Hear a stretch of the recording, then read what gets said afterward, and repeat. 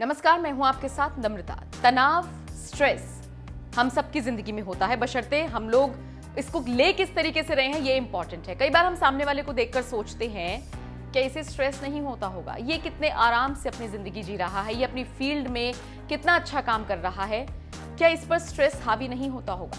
तो इसको आपको इस तरह से समझने की जरूरत है कि स्ट्रेस हर किसी को होता है, लेकिन आप उसको मैनेज किस तरह से कर रही हैं ये इंपॉर्टेंट है। वैसे भी एक बहुत पुराना कोट है कि life is 10% how you make it and 90% how you take it.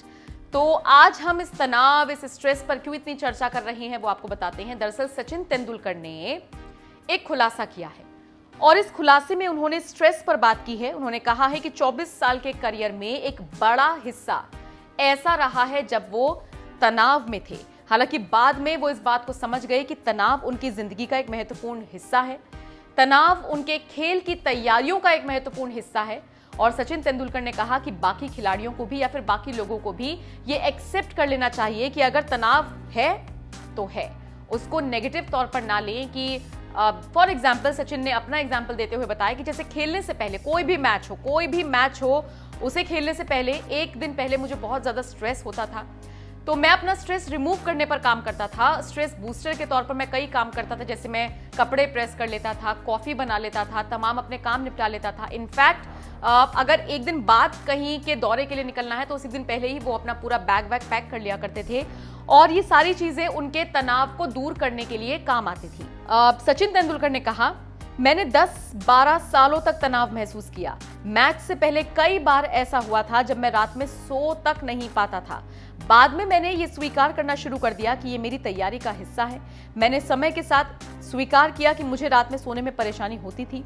मैंने अपने दिमाग को सहज रखने के लिए कोशिश स्टार्ट की और फिर मैं अपने दिमाग को सहज रखने में कामयाब भी हुआ। और इस दौरान वो बहुत सारे काम करते थे, जैसे कि मैंने आपको पहले भी बताया। और इसी को बखान करते हुए तेंदुलकर ने कहा कि मैं अभी भी कुछ लोगों को यही मैसेज दूंगा कि अगर तनाव है तो उसे एक्सेप्ट कीजिए, लेकिन उसको फिर रिमूव करने पर काम कीजिए।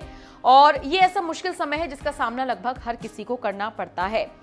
इसके लिए आपको चीजों को स्वीकार करना होगा। ये सिर्फ खिलाड़ियों के लिए नहीं, बल्कि जो उसके साथ है उस पर भी लागू होता है। जब आप इसे स्वीकार करते हैं तो फिर इसका समाधान ढूंढने की कोशिश भी आप करते हैं।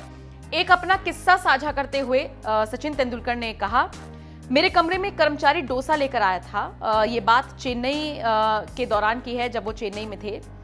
और टेबल पर डोसा रखने के बाद उसने मुझे एक सलाह दी।